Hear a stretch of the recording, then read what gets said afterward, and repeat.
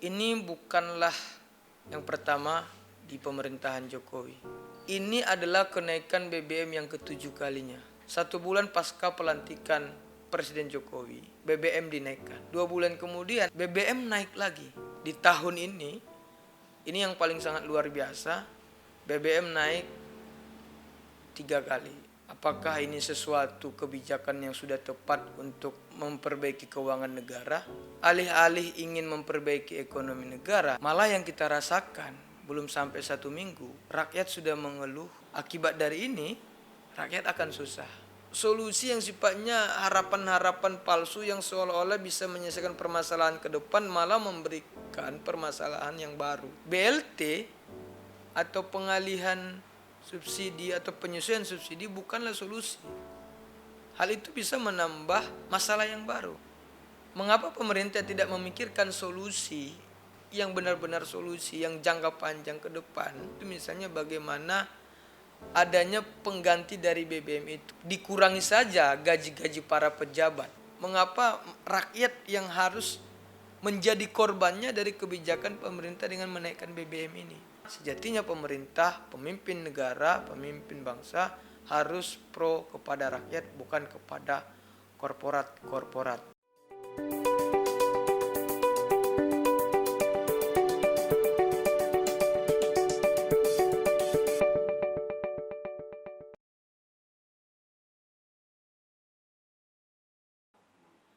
Kenaikan BBM ini bukanlah yang pertama di pemerintahan Jokowi. Ini adalah kenaikan BBM yang ketujuh kalinya. Kita ketahui sendiri jika kita lihat di berbagai media yang memberitakan bahwasanya kenaikan BBM di pemerintahan Jokowi ini telah terjadi 7 kali. Dan hanya terjadi penurunan 2 kali. November 2014, 1 bulan pasca pelantikan Presiden Jokowi, yang pada waktu itu wakilnya adalah Yusuf Kalla, BBM dinaikkan. Di bulan Januari, tepatnya 1 Januari 2015, BBM diturunkan. Di bulan yang sama pada tanggal 19 Januari, BBM juga diturunkan. 2 bulan kemudian atau tepatnya bulan Maret 2015, BBM naik lagi. BBM naik 2 kali. Di awal Maret BBM naik dan di akhir Maret BBM naik. Di tahun 2018 BBM naik lagi. Di tahun ini yang paling sangat luar biasa, BBM naik 3 kali. April 2022, Agustus 2022, dan yang terakhir adalah September 2022. Apakah kenaikan BBM ini tidak berdampak kepada masyarakat? Tentunya ya. Dampak ini kenaikan BBM ini akan memberikan efek domino terhadap sektor dan lini masyarakat. Terkhususnya soal kenaikan sembako. Kenaikan BBM akan mempengaruhi industri, kemudian harga akan meninggi, harga akan mahal, sedangkan daya beli masyarakat lemah. Akibat dari ini, rakyat akan susah. Akan tetapi, bagaimana kita lihat dengan para pejabat-pejabat? Apakah rakyat susah dengan pejabat susah dengan keadaan ini? Bukan hanya dampak efek dominonya terhadap bahan pokok, dampaknya terjadi terhadap pengangguran. Industri dalam rangka melakukan operasionalnya memerlukan bahan pokok itu adalah BBM. Nah, ketika BBM mahal, tentunya dana operasional akan ditekan seirit mungkin. Jika hal itu terjadi, tentunya akan ada PHK. Karena tidak mampu menggaji banyak karyawan karena BBM naik. Sedangkan apa yang diproduksinya, daya jualnya semakin menurun diakibatkan ekonomi rakyat yang susah. Dari angka pengangguran yang meninggi, maka ini meninggikan angka kemiskinan di negara kita ini. Kita belum pulih betul dari pasca pandemi yang memporak-porandakan perekonomian dunia bahkan Indonesia dan rakyat. Kita sudah dihadapkan lagi dengan permasalahan kenaikan BBM. Nah, ini terus yang terjadi di pemerintahan Jokowi sampai 7 kali. Jadi gerakan-gerakan penolakan hanya dianggap biasa-biasa saja. Nah, jika ini memperbaiki ekonomi, kenapa tidak dikurangi saja gaji-gaji para pejabat? Anehnya adalah pengawasan-pengawasan terhadap persaingan itu, mafia-mafia terhadap minyak itu tidak diberantas secara tuntas, yang mungkin ini bagian juga tidak jalannya soal kemakmuran atau konsumsi masyarakat terhadap minyak. Mengapa tidak ditinggikan saja pajak penghasilan pejabat itu? Direndahkan pajak industri, kemudian juga pajak masyarakat. Mengapa rakyat yang harus menjadi korbannya dari kebijakan pemerintah dengan menaikkan BBM ini? Kebijakan yang sangat gila, saya pikir, dalam tanda kutip, yang tidak memperhatikan keadaan-keadaan masyarakat hari ini pasca diporak-porandakan oleh COVID-19. Mengapa pemerintah tidak memikirkan solusi yang benar-benar solusi yang jangka panjang ke depan, atau dari sebelum menaikkan BBM, yaitu misalnya bagaimana adanya pengganti dari BBM itu, misalnya adanya energi yang terbarukan untuk menggantikan BBM ini. BLT atau pengalihan subsidi atau penyesuaian subsidi bukanlah solusi. Hal itu bisa menambah masalah yang baru. Kita contohkan misalnya seperti BLT.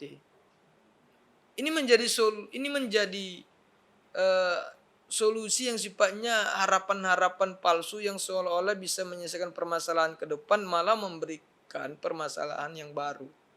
Kita lihat belakangan hari, BLT bukan tidak ada diberikan, bansos diberikan, dan bahkan bantuan-bantuan yang lainnya.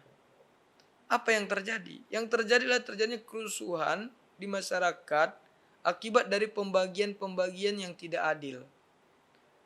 Anehnya lagi, data di Kementerian A dan Kementerian B, Kementerian C itu berbeda untuk orang-orang yang mendapatkan BLT. Ini pengalaman kita sebelum-sebelumnya. Nah, ini bukan menjadi solusi. Kemudian secara psikologis, pemerintah seolah-olah menjadikan rakyat ini bermental penerima bantuan. Jadi mental masyarakat hanya terima bantuan, yang bukan menjadi solusi. Kita pikir ini perlu untuk ditolak. Nah, untuk itu masyarakat juga harus melakukan penolakan terhadap gerakan ini. Akan tetapi ada sesuatu yang aneh. Anehnya begini.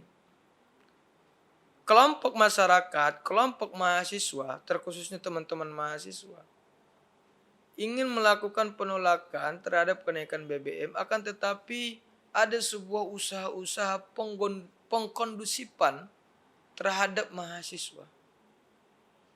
Kita tidak tahu siapa di balik ini semua.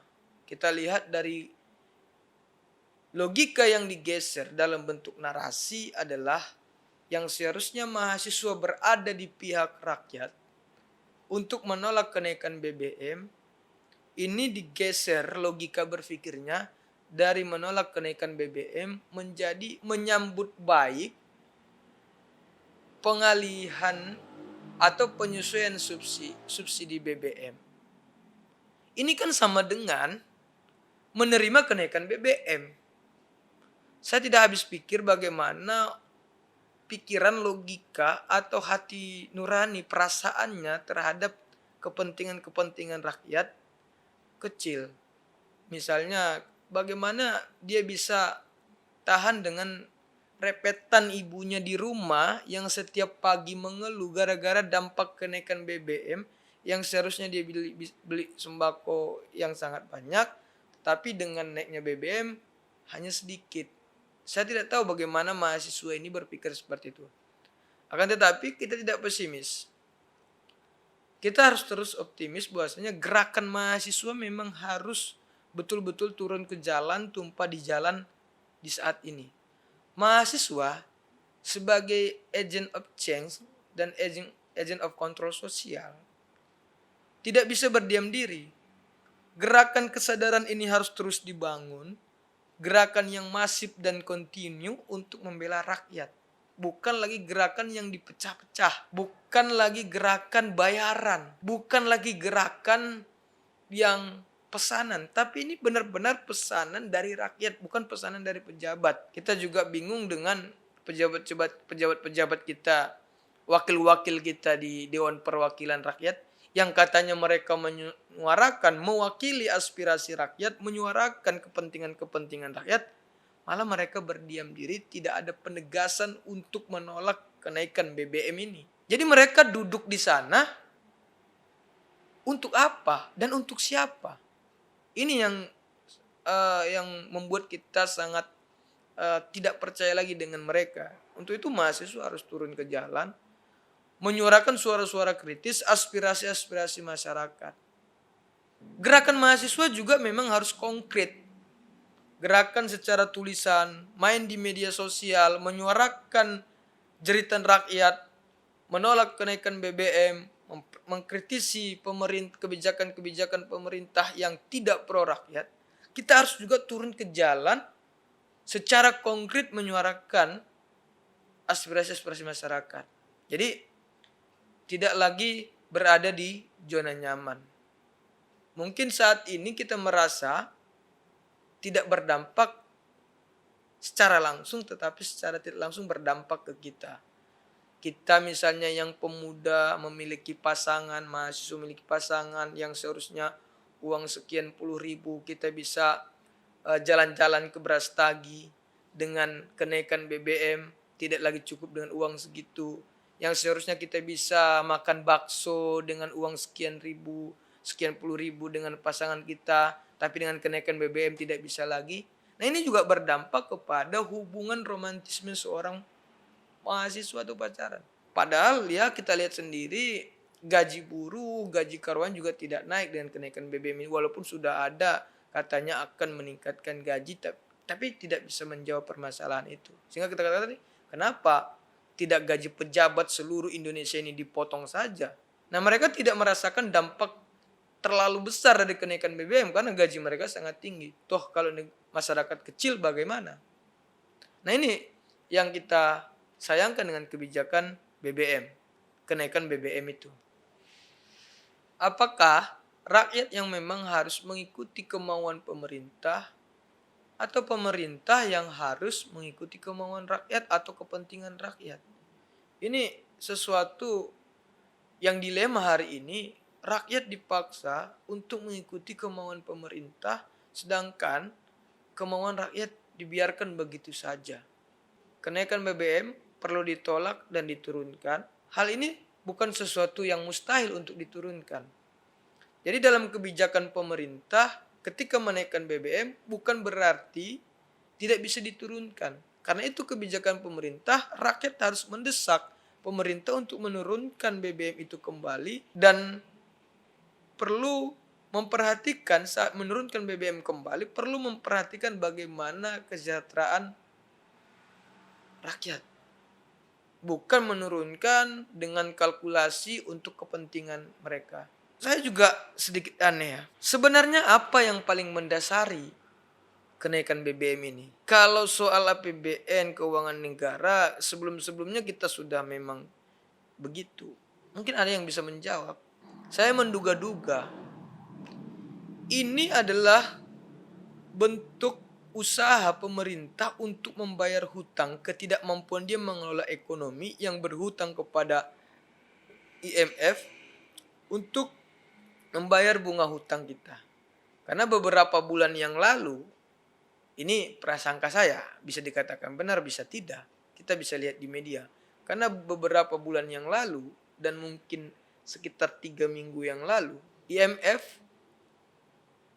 datang ke Indonesia.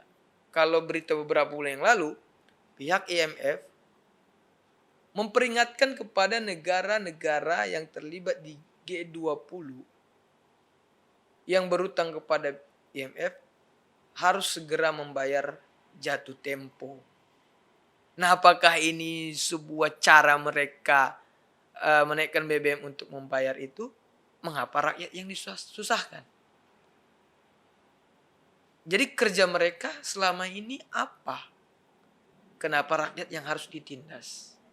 Dengan menaikkan BBM, mungkin mereka mungkin memprediksikan sekian bulan sebelum jatuh tempo membayar kepada IMF, maka uang ratusan triliun yang harus diberikan membayar bunga utang di IMF, maka akan terlunasi. Maka dengan cara inilah mereka menaikkan BBM supaya dengan cepat hutang itu bisa dibayarkan. Ini yang sangat miris, yang perlu kita kritisi, yang perlu kita tolak jika kenaikan BBM itu menyengsarakan rakyat. Dan kita akan lihat dampak ke depan yang lebih gawat lagi jika ini terus bertahan kenaikan BBM. Mahasiswa, rakyat harus bergerak menolak kenaikan BBM dan kebijakan-kebijakan yang jolim, ketidakbecusan mengurus negara ini, baik kementeriannya, harus kita lawan. Dan bila perlu BBM ini naik, menteri yang mengurusi tidak becus harus dicopot. Bahkan jika kebijakan BBM ini terus menyengsarakan rakyat, tidak mampu menurunkan harga BBM yang menyengsarakan rakyat, saya pikir Presiden Jokowi dan Wakil Presiden Ma'ruf Amin harus turun dari jabatannya karena tidak mampu mengelola negara dan juga mensejahterakan rakyat Indonesia. Mahasiswa dan rakyat harus bersatu padu melawan pemerintah yang tidak pro kepentingan rakyat. Hidup rakyat, hidup mahasiswa.